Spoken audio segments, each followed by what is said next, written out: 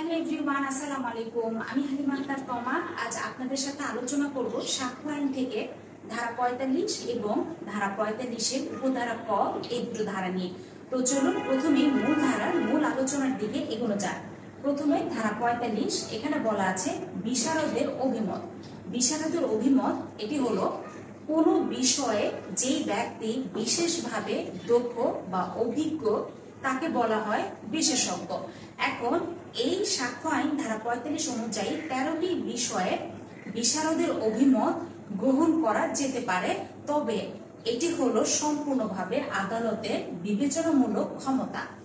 তো সেই ১৩টি বিষয় কি কি চলুন জেনে নেওয়া যাক। ১৩টি বিষয়ের প্রথমটি হলো বিদেশি আইন, বিজ্ঞান, শরীর সম্বন্ধীয় বা ফরেনসিক সাক্ষ্য, ডিজিটাল রেকর্ড, চারুকলা, হস্তলিপি বা হাতের লেখা, আঙুলের ছাপ বা টিপসই, পায়ের ছাপ, হাতের তালুর ছাপ, চোখের কনীনিকার ছাপ, টাইপ রাইটিং, ট্রেড বা টেকনিক্যাল, অভিব্যক্তির ব্যবহার এবং সর্বশেষ ব্যক্তি বা প্রাণীর পরিচিতি। এই হলো সাক্ষ্য আইনের ধারা ৪৫ অনুযায়ী মোট ১৩টি বিষয়, যে ১৩টি বিষয়ে বিশারদের অভিমত গ্রহণ করা যেতে পারে। এখন চলুন পরবর্তী ধারা ৪৫-এর উপধারা ক জেনে নেওয়া যাক।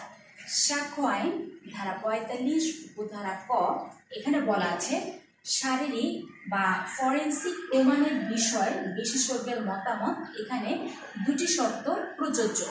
তো দুটি শর্ত কি কি? দুটি শর্তের প্রথমটি হলো আদালতের অনুমতি এবং দ্বিতীয় শর্তটি হলো উক্ত রিপোর্টের অনুলিপি থাকা। এই দুটি শর্ত প্রযোজ্য সাক্ষ্য আইন ধারা ৪৫-এর উপধারা ক এই ধারা অনুযায়ী।